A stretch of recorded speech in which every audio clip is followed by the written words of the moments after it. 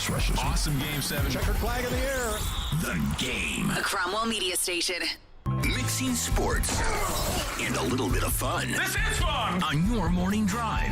This is Robbie and Rexroad. With Robbie Stanley and Joe Rexroad on Nashville's best sports talk. 102.5 and 106.3 The Game. And on the Game Nashville app. Ladies and gentlemen, it's showtime.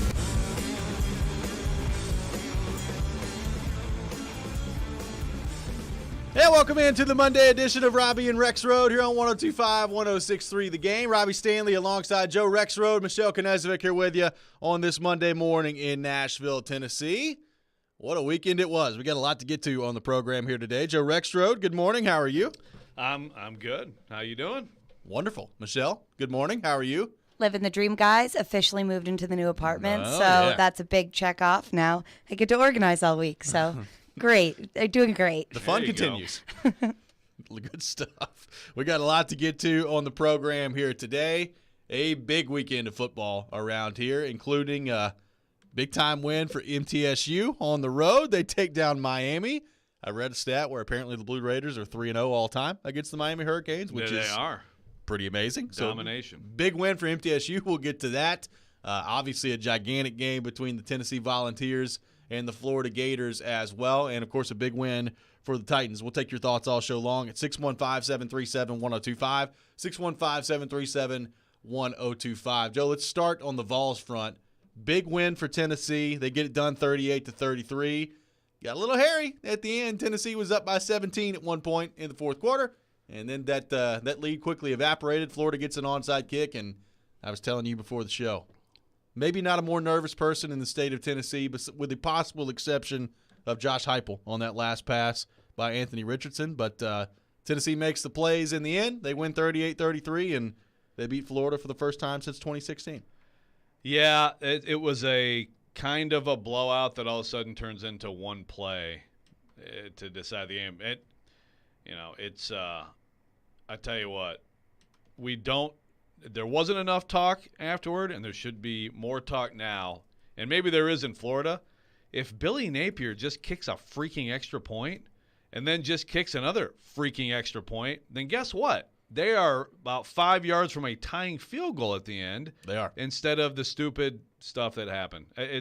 I'm just so sick of this random going for two stuff. I don't care that the math says, oh, maybe at this point in time it's actually a 53% probability. No, kick the extra point. I don't know that I've ever seen, and I guess I could have. I don't know that I've ever seen somebody try to go for two to try to cut the lead to 9.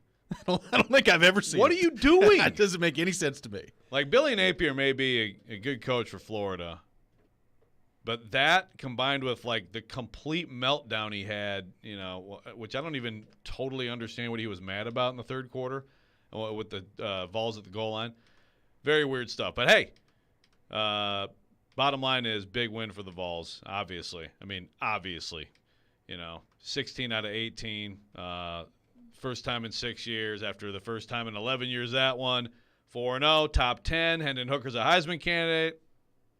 What else do you want to get into with that? It's huge. The atmosphere looked great. I mean, obviously, I wasn't there for it. You were, but TV, it looked great. College game day was awesome. I watched a good bit of that. I mean, it just looked like a really fun time up there in Knoxville. Let me tell you a little quick story. It's the 6 o'clock hour. We can get into these wacky stories. I'm standing on the sideline late in the game.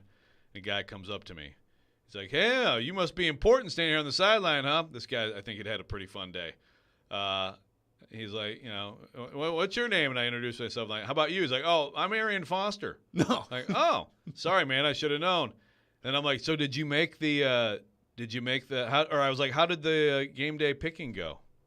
And he's like, oh, man, I slept through. I didn't even make it. Yeah. I'm like, what? You seriously didn't make it to the game day picking? And then I said this to Ubben, and he's like, he wasn't the game day picker. So yeah. I believe I think we believed. I believe that. Account. I believe that too. Yeah, I guess we it was believed fake. the fake account for many days. I guess so. Yeah, and that's a good lesson because they don't announce that like that. How did that happen? Anyway, apparently he was talking about his Barstool pick thing that he was supposed to go to, and he slept through that. So there's my little story for you. Nice guy. Way to go, Arian. Yeah. Ryan is obsessed with the podcast he's on. Oh, is that right? Yeah. What's that called? Macro dosing. Interesting. Okay. It's all conspiracy theories. It's quite strange. Really? They had Yeah. Rodgers on there? Not yet? I'm sure it's Not yet. I'm Hennon sure- Hooker. Okay. Hennon Hooker goes on a lot though. Does he? Yeah. Really? Interesting. Wow, there's this a total world I don't know about. There were a lot of VFLs, as you like to say, yeah. and it was like, hey, there's Dobbs, and I mean, it was like a lot of nervous former Tennessee players sitting there in that same end zone watching that last pass. No sign of Peyton Manning?